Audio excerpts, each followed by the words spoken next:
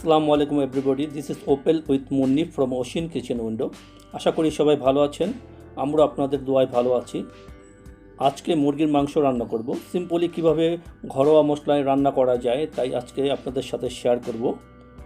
আর কথা বাড়াবো না, মূল রান্নায় চলে যাওয়ার আগে একটি অনুরোধ, যারা আমাদের চ্যানেলে নতুন প্লিজ চ্যানেলটি সাবস্ক্রাইব করে নেবেন, সাথে পাশে থাকা বেল আইকনটি অন করে দিবেন পরবর্তী নোটিফিকেশনের জন্য। আর যারা অলরেডি আমাদেরকে সাপোর্ট করেছেন তাদেরকে থ্যাঙ্কস আ লট। চলুন মূল রান্নায় চলে যাই।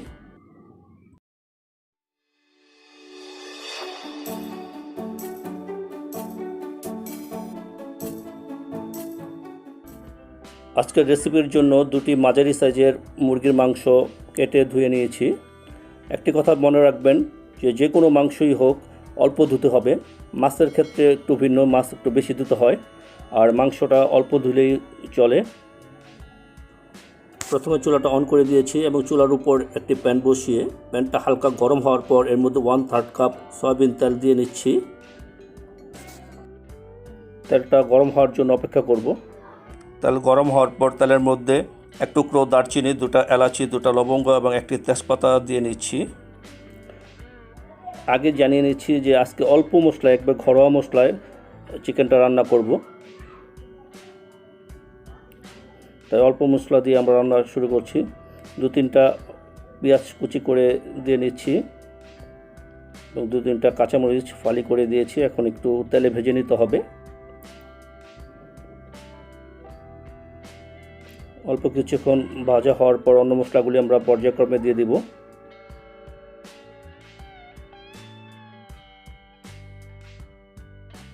দু 3 মিনিট ভাজা হওয়ার পর এর পর্যায়ে আমরা আদা রসুনের পেস্ট দিয়ে দিলাম 2 চা চামচ।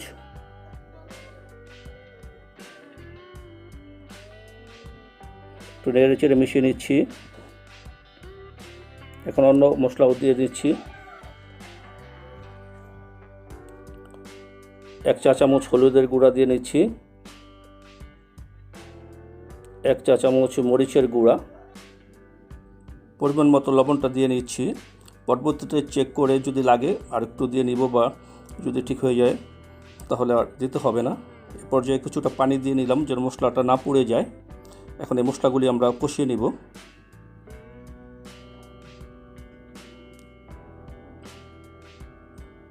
এখন 1 চামচ ধনিয়ার গুঁড়া দিয়ে নিচ্ছি,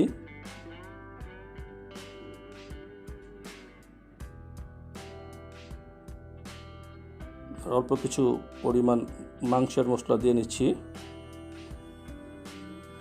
এখন মশলাগুলি ভালোভাবে কষিয়ে নিতে হবে। 4-5 মিনিটের মতন আমরা মশলাটা কষিয়ে নিব। মশলা কষানোর মাঝখানে একটি টমেটো কুচি করে দিয়ে নিচ্ছি। এখন মশলার সাথে এই টমেটোটা মিশিয়ে নিতে হবে। টমেটোটা যেন একবারে গলে যায় এই পর্যন্ত আমরা মশলাটা কষাবো।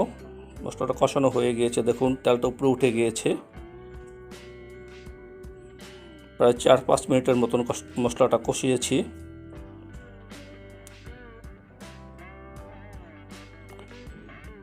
মশলা কষানোর পর এখন গোস্তটা দিয়ে নিচ্ছি।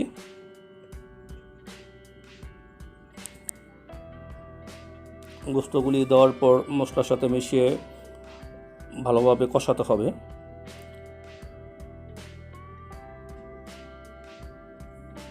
ভালোভাবে মিশিয়ে নিচ্ছি।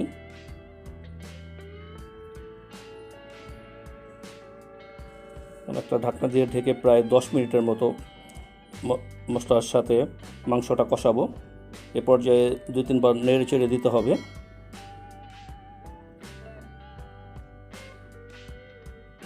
কষানোর মাঝখানে আলু দিয়ে নিচ্ছি।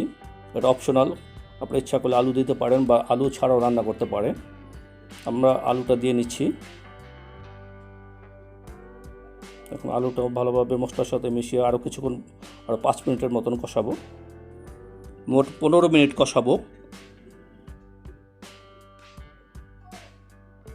ঢাকনা দিয়ে ঢেকে দিব। কষানো হয়ে গেছে, পর্যায়ে পানি দিয়ে দিচ্ছি।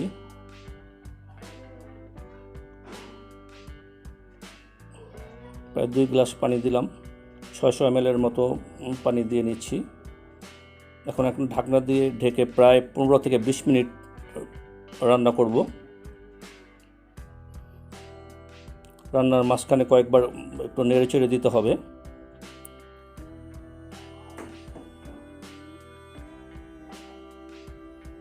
প্রায় 15 থেকে 20 মিনিট আমরা এটা রান্না করব। ঝোলটা অনেকটা কমে গিয়েছে। এই পর্যায়ে আমরা জিরার গুঁড়াটা দিয়ে নিচ্ছি। 1 চা চামচ পরিমাণ জিরার গুঁড়া দিয়ে নিলাম। জিরার গুঁড়াটা ভালোভাবে মিশিয়ে আর একটু ঝোলটা কমিয়ে রান্নাটা কমপ্লিট করে ফেলব।